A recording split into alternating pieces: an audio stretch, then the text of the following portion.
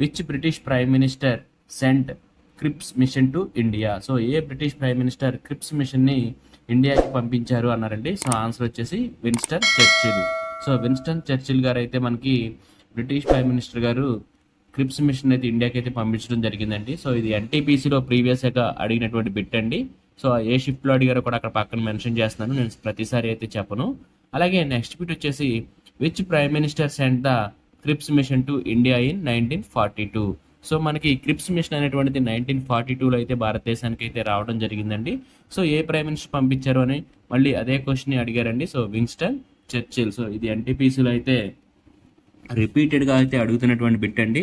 So ఇది మనకి క్రిప్స్ machine అలాగే కాన్స్టిట్యూంట్ అసెంబ్లీలో రిపీటెడ్గా, అలాగే ఆర్ఆర్బి ఎన్టీపీసీలోను, గ్రూప్ డిలోను, ఏఎల్పీలోను అడుగుతున్నటువంటి రిపీటెడ్ బిట్స్ అండి ఇవి. అలాగే నెక్స్ట్ టాపిక్ వచ్చి which political party was in power in England when the cabinet machine came to India. So మనకి క్యాబినెట్ మిషన్ అనేటువంటిది భారతదేశానికి వచ్చినప్పుడు అక్కడ అంటే బ్రిటిష్ ఇంగ్లాండ్లో ఏ పొలిటికల్ పార్టీ అయితే పవర్లో ఉంది అని అడిగారండి. సో మనకి లేబర్ పార్టీ అనేటువంటిది ఇంగ్లాండ్లో అయితే పవర్లో ఉందండి మనకి క్యాబినెట్ మిషన్ అనేటువంటిది ఇండియాకి వచ్చినప్పుడు.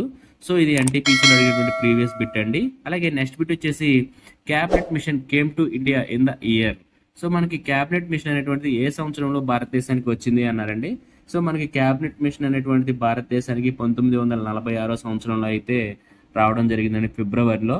సో మనకి ఫిబ్రవరి 1946 సంవత్సరంలో అయితే మనకి క్యాబినెట్ మిషన్ అయితే భారతదేశానికి అయితే రావడం జరిగిందండి.